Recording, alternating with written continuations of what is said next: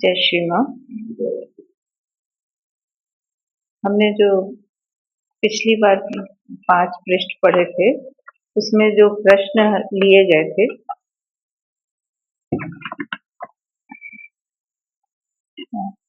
तो पिछले स्वाध्याय में जो प्रश्न हमने लिए थे, उनमें से एक था, क्या आप हमें योग के बारे में कुछ बताएंगी?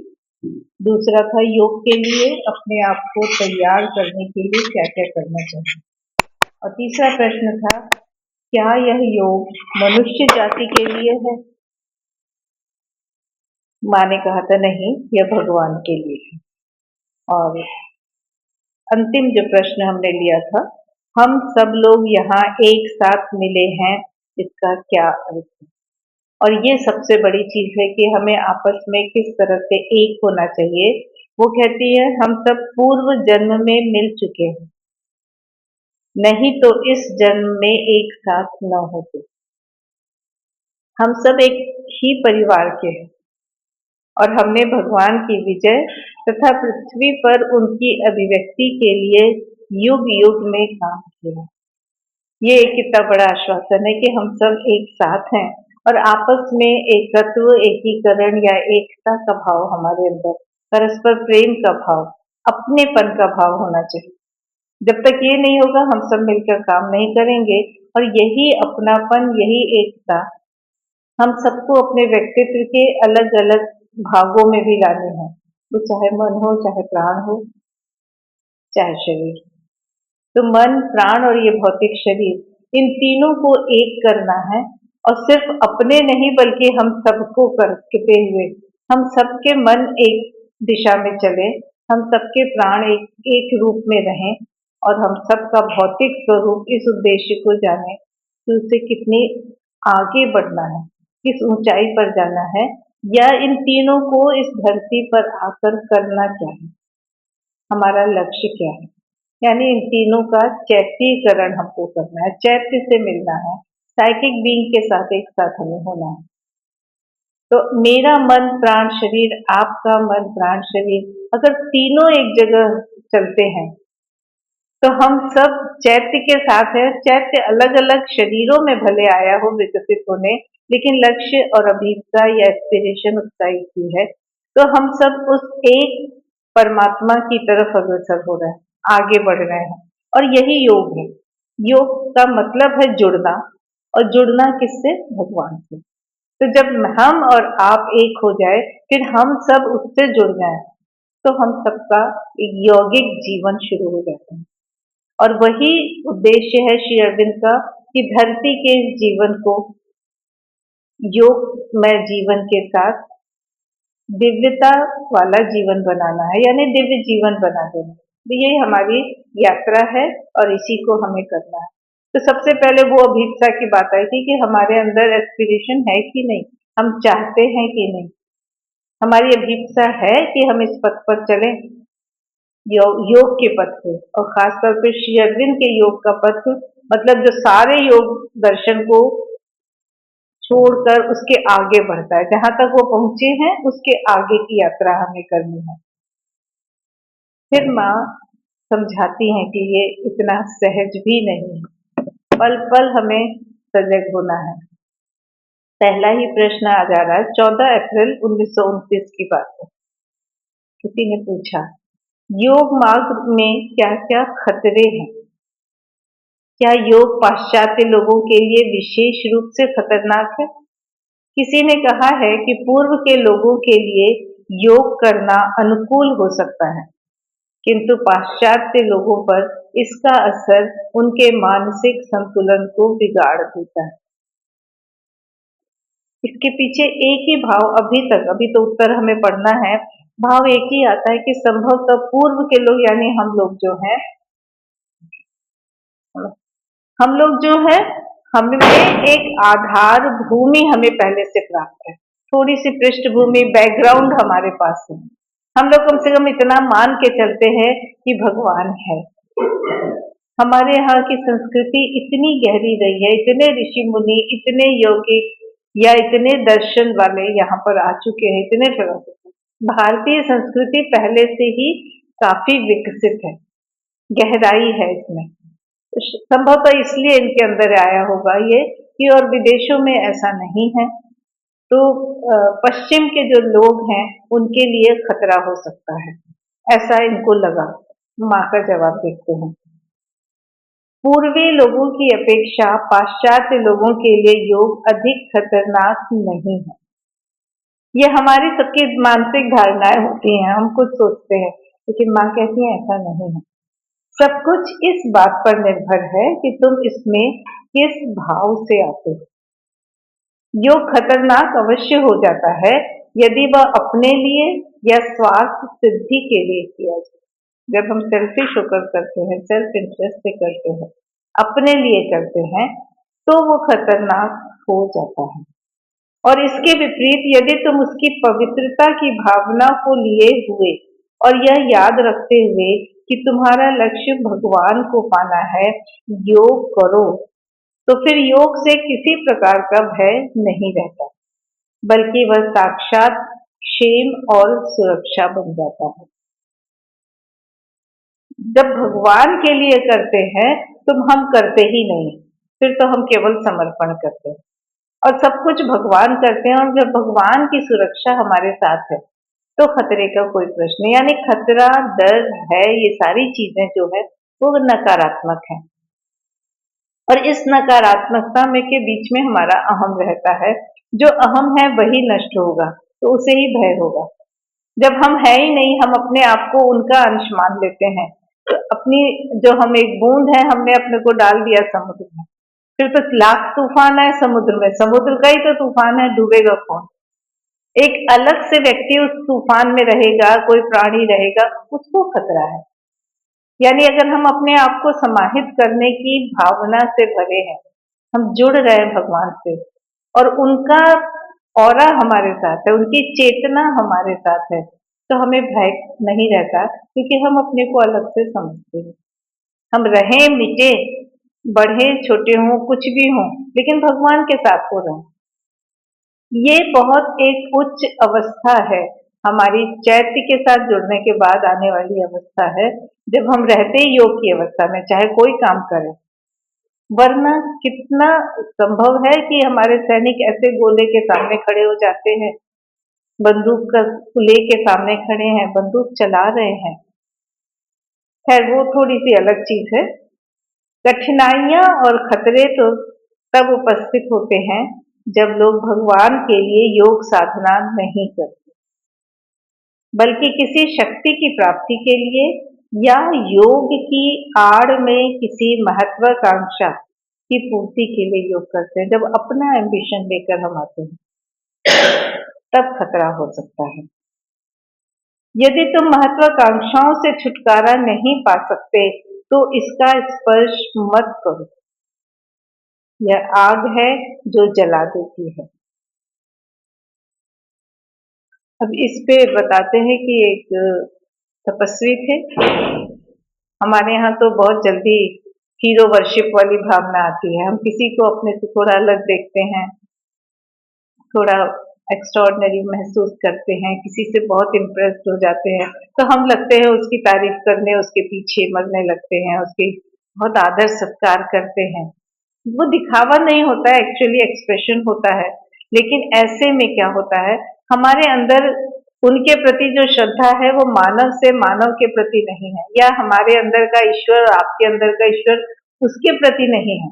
मनुष्य मनुष्य देख रहे हैं, मैं अपर्णा हूँ, आप कुछ हैं, आप कुछ हैं, सबके नामों से आप इतने बड़े ऑफिसर हैं, आप ये करामात कर सकते हैं, आपको जादू आता है, आप बहुत अच्छा बोलते हैं, आप बहुत ज्ञानी हैं, मैं उससे प्रभावित हूँ, आपके पास जाऊँ।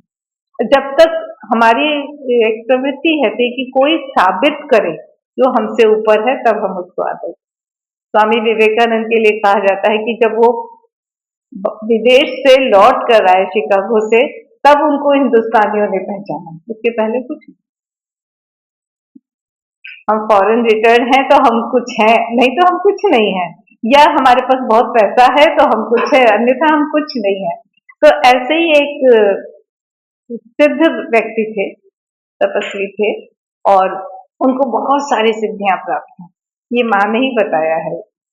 तो लोग उनको बहुत आदर करते थे, बुलाते थे और फिर उनसे एक बार कहा गया कि आप कुछ करके दिखाइए ना, ताकि बाकी लोग भी समझें कि आपको सचमुच में इतना ज्ञान है, आप इतने सिद्ध हैं। बहुत सिद्धियां हैं उनके पास। तो कहते नहीं नहीं नहीं, ये सब नहीं करना, प्रदर्शन नहीं करना। उन लोगों को मालूम होता है कि प्रदर्शन नहीं करना, पर वही चेले चपाटे जब इकट्ठे हो जाते हैं ना, तो हमारे अंदर एक ईगो बढ़ जाती है। बहुत लोग नहीं, थोड़ा सा दिखा दीजिए, तो उन्होंने कहा जाने दो, हो सकता है विश्वास हो जाने से ये लोग भी मेरे रास्ते पर आ जाएं, मेरे मतलब भगवान के रास्ते पर आ जाएं। यहाँ तक वो काफी सहमे हुए थे, स्वतंत्र थे, सजग थे। उन्होंने कहा कि अच्छा ठीक है, तुम लोगों को अगर इसी से खुशी मिलती है। अपनी तरफ से बहुत ही तटस्थ, बिना किसी अहम के। उन्होंने कहा ठीक है चलो, भोजन का समय जब होगा तब हम लोग, उसके पहले उपदेश हुआ, फिर भोजन का समय आया, टेबल सजा, टेबल के ऊपर चादर बिछी थी और सारी भोजन सामग्री रखी गई थी। उन्होंने कहा क्या दिखाएंगे आप?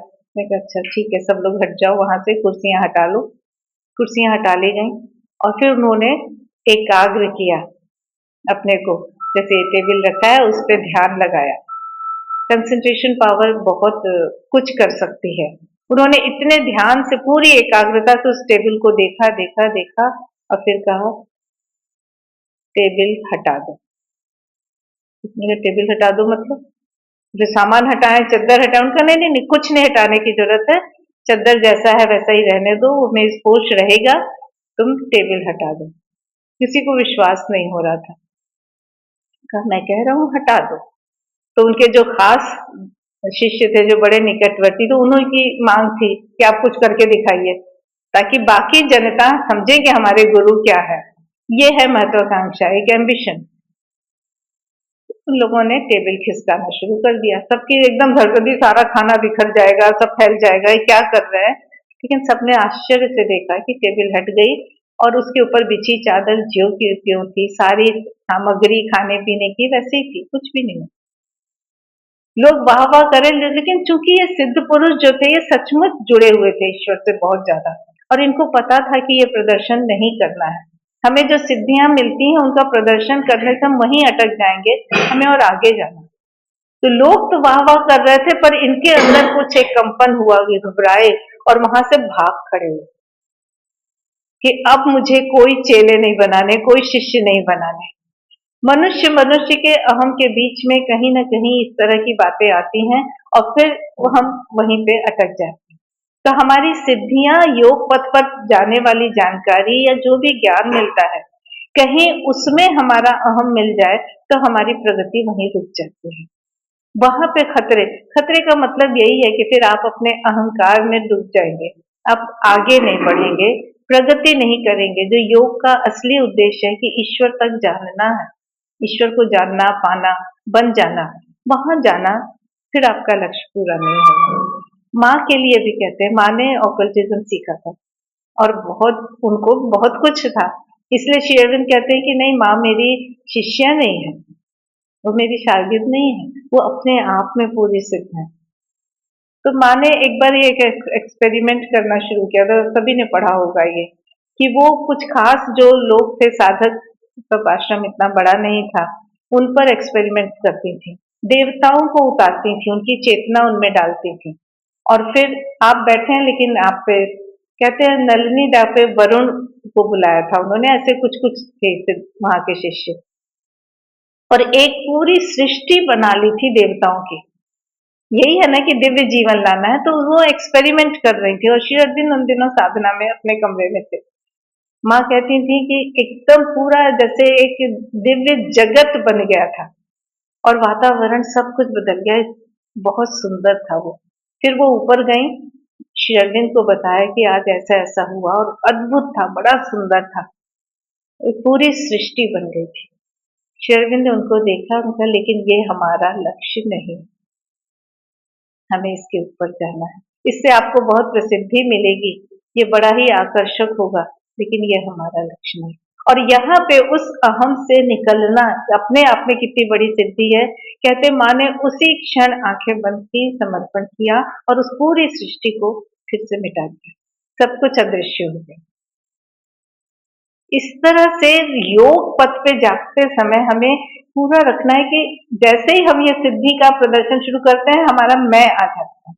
वो कहती है योग हम भगवान के लिए करें, अपने लिए नहीं। अगर व्यक्तिगत रूप से करेंगे तो खतरा यही है कि आगे की प्रगति आपकी रुक, फिर कई बार तो दुरुपयोग शुरू हो जाता है उन शक्तियों का, फिर तो पूछना ही नहीं है, फिर तो पूरी तरह से ईश्वर विरोधी शक्तियां हमको प्रवृत्त करती हैं।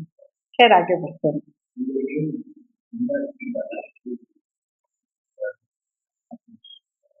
वो भी मदन मदन ने पिछले पेज में पढ़ेंगे तो यही था कि नहीं, मानव मानव की भलाई के लिए, मानवता की भलाई के लिए माँ श्री अरविंद कर रहे हैं, लेकिन उसमें आपका तादाद में आप इतना ज्यादा जुड़ जाए ईश्वर से कि आप कर रहे हैं ये भावना हट जाए से। मैं कर रही हूँ, मनुष्य की भलाई कर रही हूँ, इसका मतलब मैं कौन हूँ?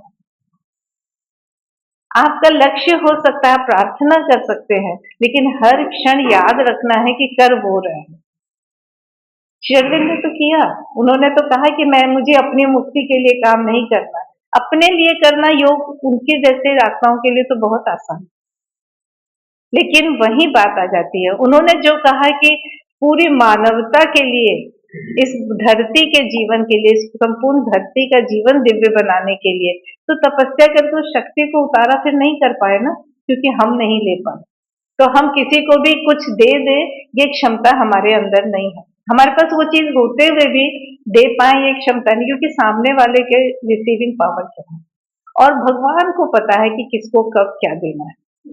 तो वो वाली बात है। जब तक हम इसके लिए तो बहुत क्लियरली माने कई जगह लिखा है, जो हम कहते हैं ना किसी की भलाई करना, मनुष्य की भलाई करना, परोपकार की भावना, इसके अंदर जो अहम है वो और खतरनाक है, क्योंकि उसको कहते हैं सात्विक अहंकार।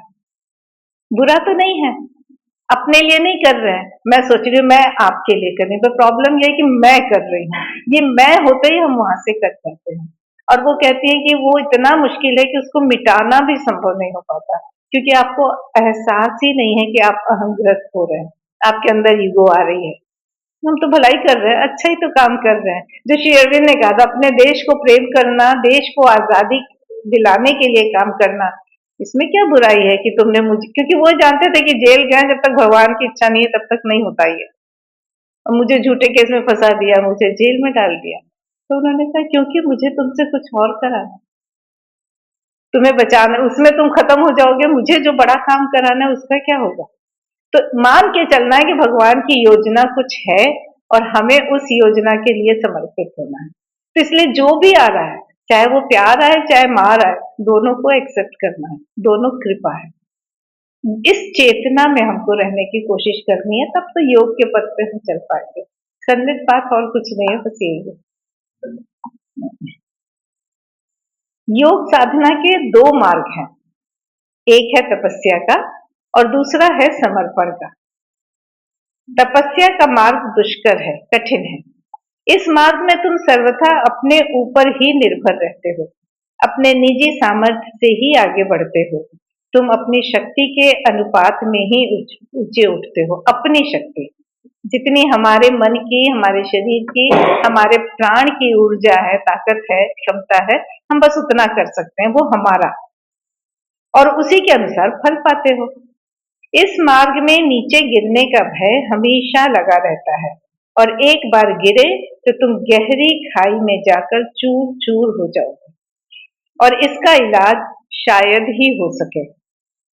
परंतु दूसरा मार्ग समर्पण का मार्ग निरापद और निश्चित है। निरापद है मतलब जहाँ पे कोई भी आपत्ति नहीं आएगी, कोई भी कठिनाई नहीं आएगी, सुरक्षित है समर्पण का मार्ग, क्योंकि समर्पण मतलब उनके साथ काम हो रहा है, वो हमसे करवा रहे हैं। परंतु पश्चिम वालों को इसमें कठिनाई होती है, वेस्टर्न कंट्रीज के लिए कह रहे हैं कि उनको कठिनाई है। उन्हें यह शिक्षा मिली है कि वे उन सभी चीजों से डरें और बचें जो उनकी व्यक्तिगत स्वाधीनता पर आंच लाए।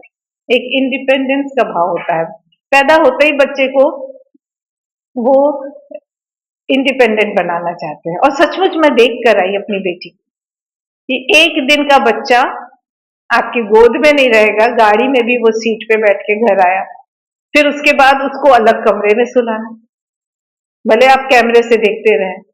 क्या लॉजिक, पर लॉजिक है कि नहीं, शुरू से उस बच्चे को करना। बच्चा एडमिट हुआ था, 1.5 महीने का बच्चा, और नर्स कह रही है नहीं, आप अपने साथ नहीं लेटाएंगे, उसको उसके बेड पे सुलाइए। फिर माँ ना सो पाए, सवेरे कोई आ जाए, जैसे मैं चली गई अपनी बेटी के पास, तो हुआ कि आप सो जाइए, अब मैं देख लूंगी। नहीं, नर्स ने आके बहुत तेज डांट लगाई। दिन के समय बेड नहीं रहेगा, वो सोफा बनेगा, आप इस समय कैसे सो रही हैं, 8 बजे के बाद आप नहीं सो सकती। उसने कहा मैं रात भर सोई नहीं। कहते हम समझते हैं आपको दिक्कत हुई है, लेकिन क्यों हुई, क्यों नहीं सोई आप? बच्चा रो रहा था, आप हमें दे देती। अब मेरी बेटी तो उसने सीधे बोला मैं क्या है, हनीमून मनाने आई हूँ कि आपको बच्चा दे के मैं बैठूंगी आराम से सोऊंगी? मेरा बच्चा, हमारा प्यार, हमारा ममत्व, क्या इसकी कोई कीमत? ये गहराई वहां पे नहीं है, दुर्भाग्य से। वो कहती नहीं, हम समझते हैं, हमारी ड्यूटी है, हम बच्चा देखेंगे और आप आराम से सोएंगी। सब कुछ यहां से चलता है।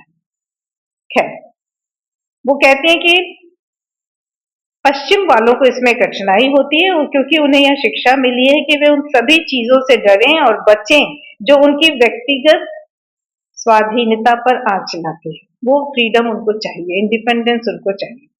व्यक्तित्व की भावना उनकी घुट्टी में मिली होती है, और समर्पण का अर्थ है इन सबका त्याग। मैं कुछ हुई नहीं, वो कैसे मानेंगे? दूसरे शब्दों में, जैसा श्री रामकृष्ण कहा करते थे, बहुत सुंदर उदाहरण है। तुम बंदर के बच्चे और बिल्ली के बच्चे, इन दोनों में से किसी एक के मार्ग का अनुसरण कर सकते हैं। बंदर के बच्चे को इधर उधर ले जाए जाने के लिए अपनी माँ की छाती से चिपक जाना पड़ता है, उसे अपनी माँ को कसकर पकड़े रहना पड़ता है, और यदि कहीं उसकी मुट्ठी ढीली हो जाए तो वो गिर जाता है। दूसरी ओर बिल्ली का बच्चा अपनी माँ को नहीं पकड़ता, बल्कि माँ ही उसे पकड़े रहती है, इसलिए उसे न कोई भय होता है न उत्तरदायित्व। उसे तो केवल इतना ही करना पड़ता है कि अपनी माता को पकड़ने दे और माँ माँ करता रहे। अब हमारे लिए यही है भक्ति मार्ग और ज्ञान मार्ग, मेरे ख्याल से यही फर्क है। इस समर्पण मार्ग को यदि तुम पूर्ण रूप से सच्चाई के साथ अपना लो, तो कोई गंभीर कठिनाई या कोई खतरा नहीं होता। पूरे सच्चाई के साथ ना माँ पकड़ लेगी, और मन में कोई संदेह नहीं आना चाहिए कि माँ तो बूढ़ी है, माँ कमजोर हो गई तो, माँ को कूदना भी है, पकड़ ढीली हो गई तो, फिर नहीं हो सकता, फिर ये समर्पण नहीं। समर्पण का मतलब ही है कि अटल निष्ठा और आस्था और विश्वास। प्रश्न केवल सच्चाई का है। यदि तुम सच्चे नहीं हो तो योग साधना आरंभ मत करो। मानवीय विषयों में धोखाधड़ी चल सकती है, किंतु भगवान के साथ व्यवहार करने में धोखे के लिए कोई स्थान नहीं है। तुम इस मार्ग पर तभी निरापद होकर यात्रा कर सकते हो जब तुम ऋजु, निष्कपट तथा रोम रोम तक खुले हुए, बिल्कुल परिशुद्धि, हमारे अंदर सब कुछ शुद्ध होना चाहिए, निष्कपट होना चाहिए, छल नहीं चलेगा, ऊपर से दिखा दिया कुछ, छुपा दिया कुछ। जब तुम्हारा एकमात्र ध्येय भगवान का साक्षात्कार करना, उन्हें पाना और उनके द्वारा परिचालित होना हो, और कुछ होना ही नहीं चाहिए। योग करने को कहती है तब करो जब तुम्हारे अंदर का एक एक हिस्सा ये कहे कि मुझे और कुछ नहीं चाहिए, मुझे सिर्फ और सिर्फ भगवान। एक और खतरा है, और वह है काम वासना के संबंध में। योग पवित्र करने की प्रक्रिया में उन सभी वासनाओं और इच्छाओं को जो तुम में छिपी पड़ी हैं उघाड़ देगा, बाहर निकालता है, और उनको पूरी तल पर उठा लाएगा। अंदर कोई कोना उसको एक बार अगर जुड़ गए उस शक्ति के साथ, कह दिया कि हमें तुम्हें पाना है, तो वो आपकी जिम्मेदारी ले लेती है, फिर वो पूरी सफाई करेगी। नहीं तो हम अपनी बहुत सारी चीजों को जिन्हें हम दूर करना चाहते हैं, मन से कह देते नहीं। ये जो स्पष्टवादिता है, उसके लिए मेरे मुंह से ये सब बातें निकली हैं, कहाँ तक पहुंचा देती हैं। ताकि देख कि जैसी प्योरिटी कहीं नहीं मिलेगी, जो है अंदर से बाहर। पीछे कारण यह है कि माँ की ग्रेस है जो हमारी सारी सफाई कर रही है। हिपोक्रेसी नहीं चलेगी, अगर आप इस पथ पे हैं तो नहीं चलेगी। या तो आपको छोड़ दिया जाए, आपने त्याग दिया, वापस लौट जाइए। लेकिन अगर आप इस पर चल रहे हैं तो जरूर ऐसा होगा कि आपके हर कोने को साफ किया जाएगा, और जब अंदर की सफाई होगी तो क्या होगा, बाहर ही तो मलबा आएगा, कूड़ा आएगा। उस कूड़े को साफ करना बहुत कठिन नहीं होता है। तो मैंने आश्रम में देखा, और माँ कहती हैं कि ये एक लेबोरेटरी है, सारे स्पेसिमेन मैंने इकट्ठे किए हैं। तो हर तरह के लोग हैं, और पढ़े लिखे अच्छे लोग हैं। मैं सोचती हूँ इनको इतना नहीं पता कि लोगों के सामने थोड़ा तमीज से बोल लो, क्यों अपनी ऐसी छाप डाली है। आश्रम में है लोग, यहाँ भी और वहां भी, ओह वो तो उससे तो बात करने में ही डर लगता है, हर समय झगड़ा करता है।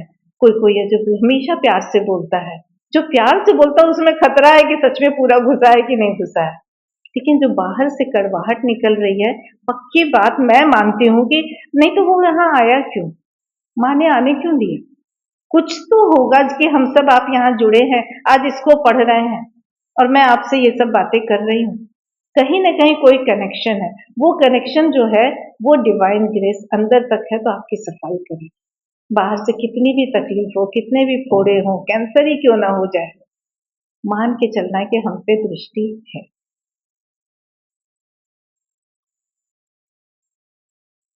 एक और खतरा है, वह है काम वासना के संबंध में। योग पवित्र करने की क्रिया में उन सभी वासनाओं इच्छाओं को जो तुम में छिपी हैं उघाड़ देगा, और उनको ऊपरी तल पर उठा लाएगा। और तुम्हें यह सीखना होगा कि न तो इन चीजों को छिपाया जाए और न इनकी अवहेलना की जाए। बाहर आ गया, वो आज क्यों बोल दिया, कल नहीं बोलेंगे, ये रिग्रेट नहीं करना है, बल्कि उसको जीतना है कि नेक्स्ट टाइम वो हमारे अंदर हो ही नहीं। तुम्हें इन सब चीजों का मुकाबला करना होगा, इन पर विजय प्राप्त करनी होगी, और इन्हें एक नए सांचे में ढालना होगा। ये रूपांतर की, ट्रांसफॉर्मेशन की क्रिया होगी। अस्तु, इसलिए योग का पहला प्रभाव होता है मानसिक संयम को हटा देना। हम जो ये कंट्रोल करते हैं मेंटल लेवल पे, यहाँ बोलना है, यहाँ नहीं, जैसे अभी मेरे मुंह से निकला, ये सब रिकॉर्ड नहीं होना चाहिए, कहीं ना कहीं है कि ये सब क्यों बोला मैंने। लेकिन प्रसंग क्या है जिसको पता है उसके लिए ये आम चीज है। तो ये मानसिक कंट्रोल जो है, मेंटल कंट्रोल या संयम, इसको हटा देना। इससे साधक की वे अतृप्त वासनाएं जो उसके अंदर सोई पड़ी रहती हैं, हठात मुक्त होकर ऊपर उभर आती हैं, फिर वो बाहर आ जाती हैं, अंदर छुपा कुछ नहीं रहता, और उस पर आक्रमण करते हैं।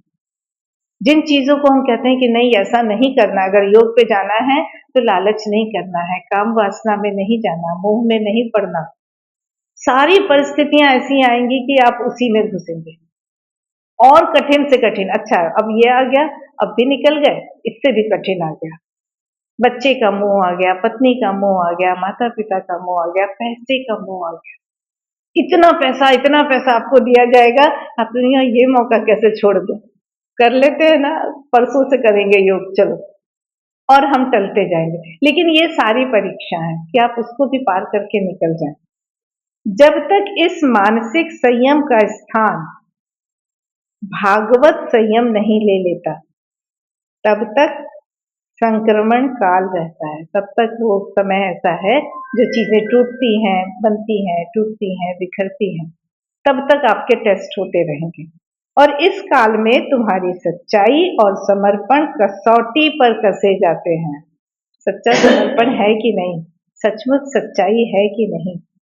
काम वासना और इस प्रकार के दूसरे आवेशों को बल मिलने का प्रायः यह कारण होता है कि लोग इन पर बहुत अधिक ध्यान देते हैं, उसी के बारे में सोचते रहते हैं, बहुत तीव्रता के साथ इनका विरोध करते हैं। अंदर है पर नहीं नहीं नहीं, भूख लगी है, नहीं खाना है, तो बस आज उपवास है मेरा। लेकिन लगातार फिर हम खाने के बारे में सोचें, क्योंकि भूख लग रही है, वो शरीर की एक सामान्य सी अनिवार्य मांग है, भोजन चाहिए। लेकिन हम तो बस तपस्वी बनने, हम यहाँ से बात कर रहे हैं, नहीं आज उपवास है, आज तो खाना ही नहीं है, तो फिर क्या खाएंगे, अच्छा 1 घंटे बाद खा लेंगे, नहीं फल आएगा वो खा लेंगे, सोचते जा रहे हैं, खाते ही जा रहे हैं मानसिक स्तर पर। बाहर से तो नहीं खा रहे हैं, मुंह से तो नहीं खा रहे हैं, पेट में तो नहीं जा रहा है भोजन, लेकिन मन में लगातार भोजन भोजन भोजन, खाएं या नहीं खाएं, नहीं खाने में भी तो भोजन से ही जुड़े हैं। इससे तो अच्छा है कि 5 मिनट में खा लो और खत्म करो। उसमें भी बहुत कहते हैं। और निग्रह द्वारा इन्हें रोके रहना, जबरदस्ती उनको कंट्रोल करना, विरोध करना, अपने अंदर ही किसी तरह दबाए रखना चाहते हैं। परंतु तुम किसी चीज के बारे में जितना अधिक सोचते हो और कहते हो मैं उसे नहीं चाहता, मैं उसे नहीं चाहता, उतना ही अधिक उससे बंधते जाते हो। तुम्हें यह करना चाहिए कि उस चीज को अपने से दूर रखो, उससे संबंध तोड़ लो, उस पर कम से कम ध्यान दो, और इस पर भी यदि वह कभी तुम्हारे चिंतन में आए तो उससे उदासीन और निर्लिप्त रहो, डिटैच रहो, या फिर न्यूट्रल हो जाओ, जैसे वो है ही नहीं, सामने है लेकिन वो हमारे लिए नहीं है। इसीलिए कहते हैं कि जो नास्तिक होते हैं वो भगवान के सबसे निकट होते हैं।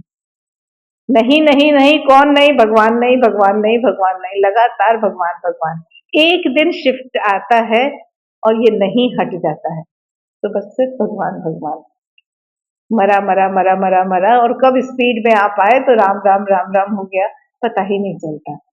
लेकिन सारा खेल है चेतना, आप चाहते हैं कि नहीं चाहते हैं। योग का दबाव पड़ने के कारण जो इच्छाएं और वासनाएं ऊपर उभर आती हैं, उनका अनासक्त रहकर शांति के साथ मुकाबला करना चाहिए। इच्छा आई अंदर से, सामने आई, पर उसको पहचानने से इनकार कर देना। शांति के साथ आई हो, मैंने नहीं चाहा था, जाओ जाओ जाओ, उससे एक संबंध काटना होगा। और ये विजातीय वस्तुएं हैं, ये ध्यान रखना होगा कि ये मेरी नहीं है, ये वो है जिधर मुझे ले जाएंगी उधर मुझे नहीं जाना, तो उसको पहचानने से इनकार करना। अथवा बाह्य जगत की चीजें हैं जिनसे तुम्हारा कोई संबंध नहीं, उन्हें भगवान को सौंप देना चाहिए। फिर भी ना माने तो भगवान आ गई है फिर से, यानी अपने और उसके बीच में भगवान के स्मरण को, भगवान की चेतना को रख देना। आपसे मुझे है विराग, मुझे नहीं चाहिए, आपसे बात नहीं करनी है, पर कभी मेरा होगा कि सामाजिकता है, शिष्टता है, आप सबके सामने आए हैं, मैं कैसे कहूं कि आप बहुत बेकार इंसान हैं? नहीं कह सकती, क्योंकि अंदर संस्कार भरे हैं। तो आपसे बात करूंगी लेकिन तटस्थ होके, बिल्कुल न्यूट्रल होके, और भगवान को कह दिया भाई माँ बीच में आ जा।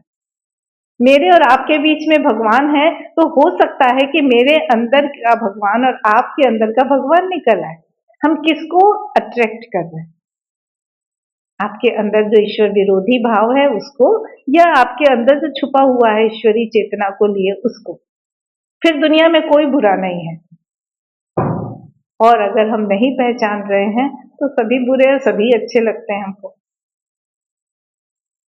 उन्हें भगवान को सौंप देना चाहिए ताकि भगवान उनको अपने हाथ में ले ले। फिर वो वासना, वो इच्छा, वो डिजायर, वो शत्रुता, वो प्रेम सब भगवान को दे दें और उनका रूपांतर कर दें। अगर वो बुरा है तो भगवान उसको अच्छाई में बदल देंगे। एक बार यदि तुम अपने आप को भगवान की ओर खोल चुके हो, यदि भगवान की शक्ति एक बार तुम में उतर चुकी है और फिर भी तुम पुरानी शक्तियों के साथ संबंध बनाए रखना चाहते हो, तो तुम अपने लिए कष्ट, कठिनाई और खतरे मोल लेते हो। आधा अधूरा नहीं चलता, ये भी ले ले थोड़ा सा, वो भी ले ले। तुम्हें सावधान रहना और इसका ख्याल रखना चाहिए कि कहीं तुम भगवान की आड़ में अपनी इच्छाओं को तो संतुष्ट नहीं कर रहे हो। करके बहाना राम का तेरा मैं नाम लूं, इसी का उल्टा कर सकते हैं। लोग अपने बच्चों का नाम भगवान का नाम रख देते हैं कि बुला बच्चे को रहे हैं, पर हर समय उनका नाम आ रहा है। पर तब होगा ये फायदा जब हम ये सोच के ही नाम रखते हैं और ये सोच के ही नाम लेते हैं, तब तो है। और नहीं तो हम उल्टा कर रहे हैं कि भगवान का नाम ले रहे हैं दुनिया के लिए, दुनिया सोचेगी हम तो राम को बुला रहे हैं, हम अपने किसी प्रिय को बुला रहे हैं। इसलिए वो कहते हैं कहीं तुम भगवान की आड़ में अपनी इच्छाओं को तो संतुष्ट नहीं करते। ऐसे बहुत से स्वयं नियुक्त गुरु हैं जो इसके सिवाय कुछ नहीं करते। वो अपने आप को खुद ही बना लेते हैं कि मैं तो गुरु हूं।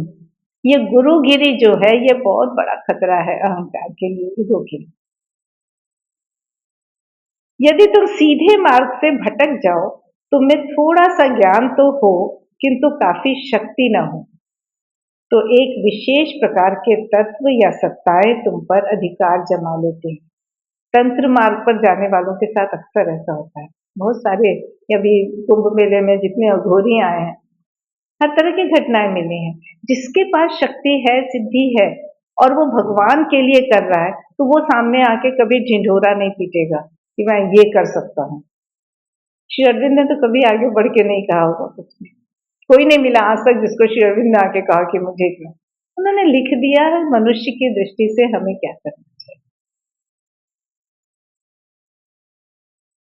तुम्हें अपना एक मिनट, तुम्हें अपना अंध उपकरण बना लेती हैं और वो शक्तियां जब जानती हैं कि इसके पास ये है, इसको इतना आता है, ये कर सकता है, लेकिन इसका अहम है, तो वो अधिकार कर लेती हैं। फिर उस शक्ति को आपके द्वारा वो अपने लिए प्रयोग करवाती हैं, अपने ढंग से करवाती है। हमें उपकरण बनना है, इंस्ट्रूमेंट बनना है भगवान का, दिव्य शक्तियों का। हम बन जाते हैं अदिव्य शक्तियों के या ईश्वर विरोधी शक्तियों के। जितनी विरोधी शक्तियां हैं वो हम पर अधिकार कर लेती हैं और तुम्हें अपना अंध उपकरण बना लेती हैं और अंत में तुम्हें निगल जाती हैं। जहां कहीं कपट है वहीं खतरा है। यानी कपट का मतलब ये होता है कि हम अपने से भी कपट करते हैं। नहीं नहीं, हम ऐसा कर रहे हैं लेकिन हमारा उद्देश्य ऐसा है, पर वास्तव में नहीं है, वो छल है। तुम भगवान को धोखा नहीं दे सकते। क्या तुम भगवान के पास यह कहते हुए आते हो, मैं आपके साथ एक होना चाहता हूँ, और तुम्हारे मन में होता है मैं शक्ति और भोग चाहता हूँ।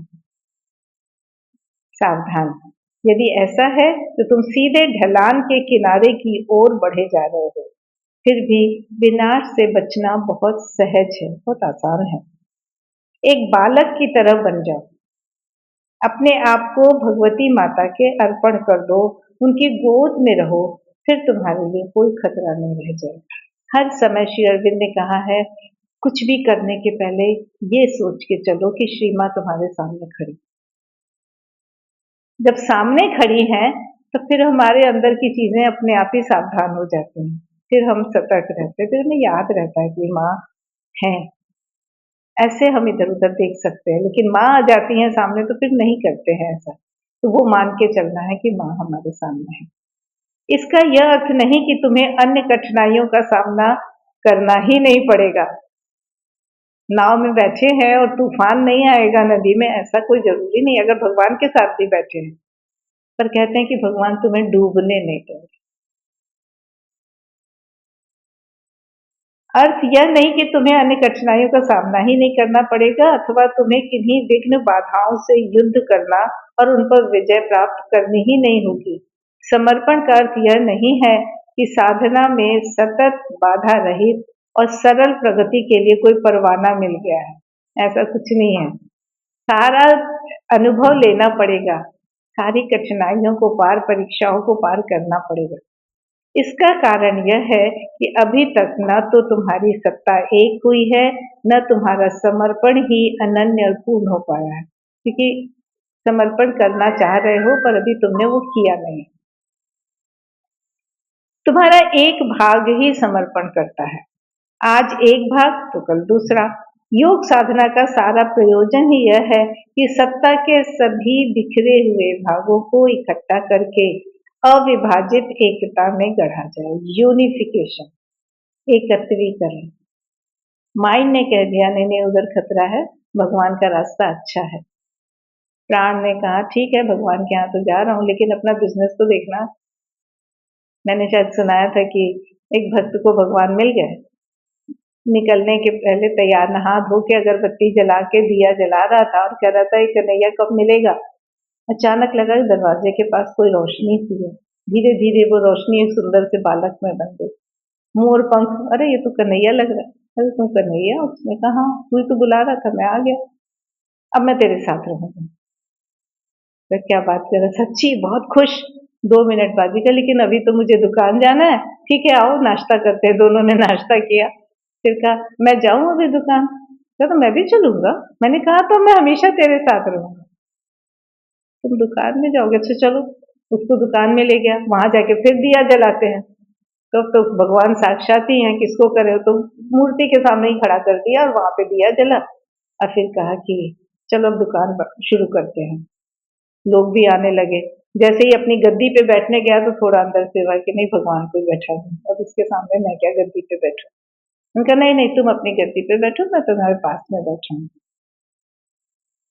खरीदार आया, कपड़े दिखाना है, अब स्वभाव क्या है, ये देखिए ये बहुत अच्छी है, मैंने खुद खरीदी है, खरीदी मेरी 1000 की है, 1200 में देता हूँ, चलिए आपको 1000 में ही दे देता हूँ या 1100 में दे देता हूँ।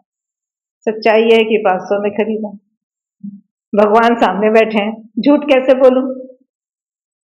भगवान तो मिल गए, लेकिन क्या हम भगवान के पास हैं भाई। माइंड ने कह दिया हाँ हाँ भगवान मिल गए, बड़ी अच्छी बात है, साथ भी रख लिया, बैठा भी लिया, खुशी भी दिखा दी। लेकिन जैसे ही अपनी उस जरूरत पे, अपने रोज के दैनिक कार्यों में नुकसान का बात है, भगवान रोज रहेंगे, हर समय रहेंगे, तब तो बिजनेस गया।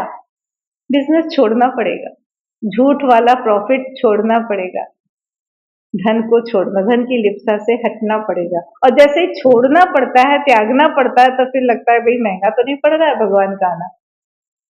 संपूर्ण रूप से जानना, अभी तुम्हारा समर्पण ही अनन्य और पूर्ण नहीं हो पाया। तुम्हारा एक भाग ही समर्पण करता है, आज एक भाग तो कल दूसरा। योग साधना का सारा प्रयोजन यह है कि सत्ता के सभी बिखरे भागों को इकट्ठा करके अविभाजित, अनडिवाइडेड, पूरी तरह से एक हो जाए, गढ़ा जाए। जब तक यह नहीं हो जाता तब तक कठिनाइयों से, उदाहरण के लिए संदेह, उदासी या दुविधा जैसी कठिनाइयों से तुम्हारा पिंड नहीं छूट सकता।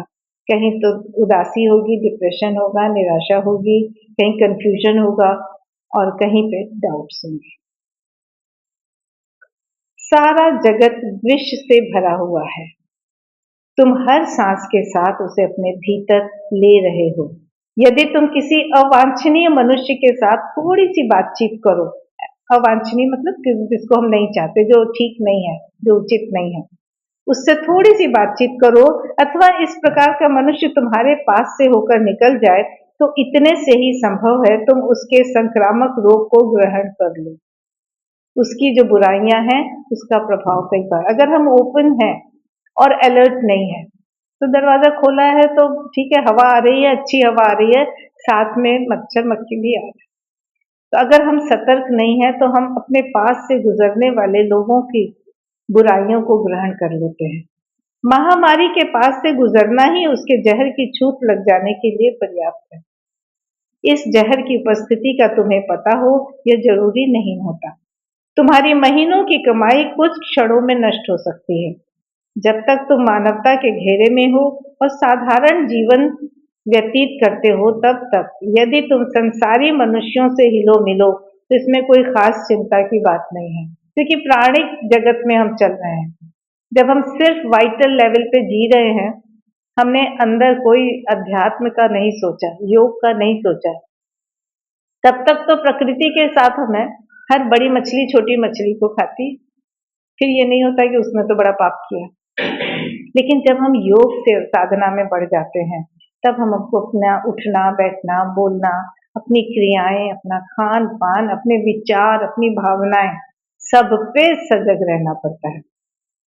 किंतु यदि तुम दिव्य जीवन की कामना करते हो तो तुम्हें अपने संगी साथी और अपनी परिस्थिति के बारे में बहुत सावधान रहना पड़ेगा।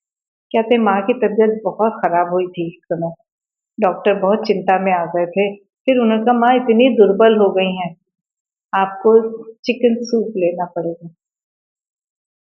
माँ ने कहा छोड़ो ना, मुझे नहीं, वो माँ तो दवाइयाँ भी नहीं लेना चाहती थी, बहुत मुश्किल से दी जाती थी। तो उन्होंने कहा माँ आपके शरीर को भी जरूरत है, हमें आपकी जरूरत है करके उनके पे बहुत प्रेशर डाला गया। तो कहते हैं 1-2 दिन चिकन सूप बन के आया था और माँ ने लिया था, तीसरे दिन उन्होंने बड़ी दृढ़ता से कहा कि प्लीज मुझे ये बना। उस चिकन की जो चेतना है वो मेरी चेतना के साथ मुझे डिस्टर्ब करती है, क्योंकि रास्ता दूसरा है, कहाँ पे माँ की चेतना और कहाँ। और फिर वो कहती नहीं तुम क्या सोचते हो, ये जो थोड़ा सा खाना खाती हूँ मैं इससे एनर्जी लेती हूँ। एक बार महर्षि रमानंद थे ना, उनके नहीं, रमन महर्षि के उस तरफ माँ गाड़ी से घूम रही जा रही थी और काफी लंबा समय बीता था। उन्होंने कहा कि अचानक किसी फूल को देखा, वो खुद ही पूछ रही थी कि अरे ये मैंने कुछ खाया नहीं है, कुछ नहीं, पर मेरे अंदर एनर्जी कहाँ से आ रही है? क्योंकि माँ सारे वनस्पतियों से, फूल पौधों से भी कनेक्ट हो जाती थी उनकी कॉन्शियसनेस से। तब माँ ने ये फूलों वाला जो बताया कि हर पौधे का या फूलों को उन्होंने सिग्निफिकेंट नाम दिए हैं कि किससे हमें क्या मिलता है। वो कहती थी मैं लोगों को जब कोई फूल देती हूँ ब्लेसिंग के समय, तो देख देख के देती थी कि किसको क्या देना है, और जो फूल दिया जाता था उसके गुण को संभवतः उसे जरूरत है। इससे भी बहुत अच्छा किया जा सकता है कुछ काम, क्योंकि हम भी भूल जाते हैं। तारा दीदी को एक फूल को देखते ही याद आ जाता है माँ ने इसका क्या नाम दिया। तो जब हम उन पौधों को, उन फूलों को उस सिग्निफिकेंट नाम के साथ देखेंगे, तो उसके उस गुण को ग्रहण करने के लिए हम भी ओपन हो सकते हैं, खुलेंगे।